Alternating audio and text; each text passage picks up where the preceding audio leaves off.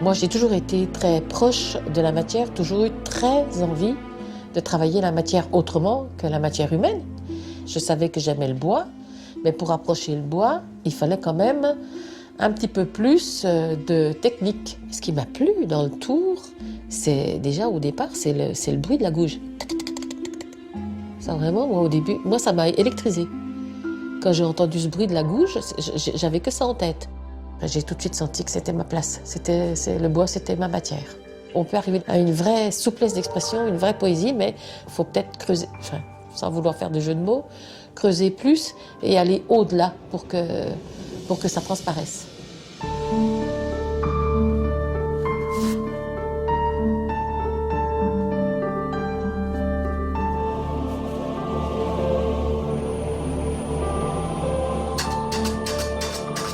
Donc avant de choisir, moi, de devenir infirmière, j'étais déjà attirée par les deux, c'est-à-dire le choix entre les beaux-arts et travailler plus dans le social. C'était difficile, la réanimation, mais ce qui compte surtout là-dedans, c'est justement l'approche de gens qui sont en grande détresse, de gens aussi qui ne peuvent pas forcément s'exprimer.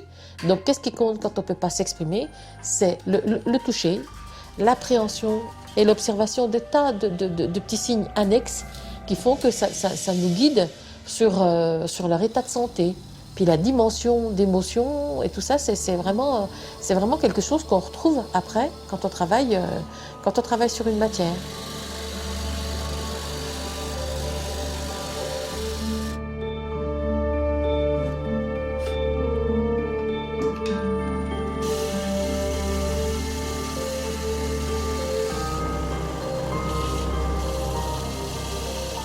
Quand on travaille sur la transparence, l'exigence, c'est là. Il suffit d'un coup d'outil en trop pour qu'on passe à travers et que ce soit fichu. Et donc, il faut apprendre à travailler dans la maîtrise du geste, mais après, la maîtrise aussi de l'émotion.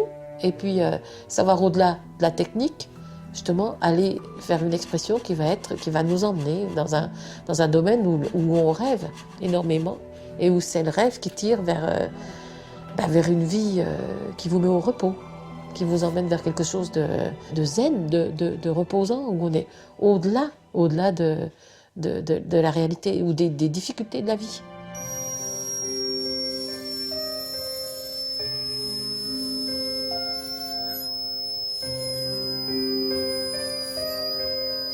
Moi, il me semblait déjà que j'avais appris pas mal de choses au contact de la détresse humaine.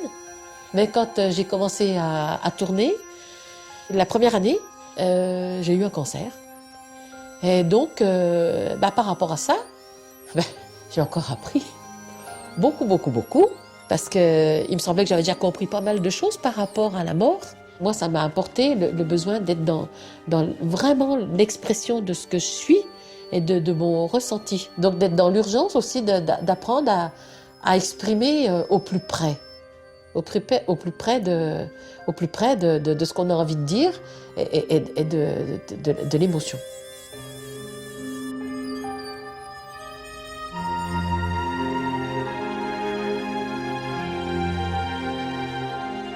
Pour moi, une belle pièce, c'est justement quand on arrive sur un travail à exprimer vraiment ce qu'on ressent. Et vraiment où la dimension d'émotion et de rêve transparaît. Et où d'un coup, les gens ne se posent pas la question et que ça leur parle. Et si ça leur parle, c'est parce que justement, chez eux, ça a déclenché une résonance.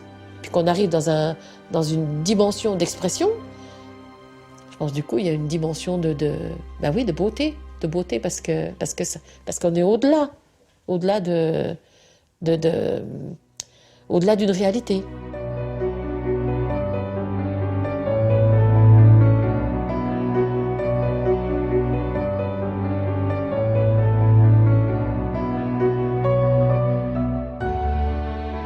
Moi, j'ai toujours été très touchée par les choses simples. La nature, les couleurs de la nature, les couleurs de la terre, les couleurs de la roche. Et donc, ça m'a amenée aussi vers l'expression primitive.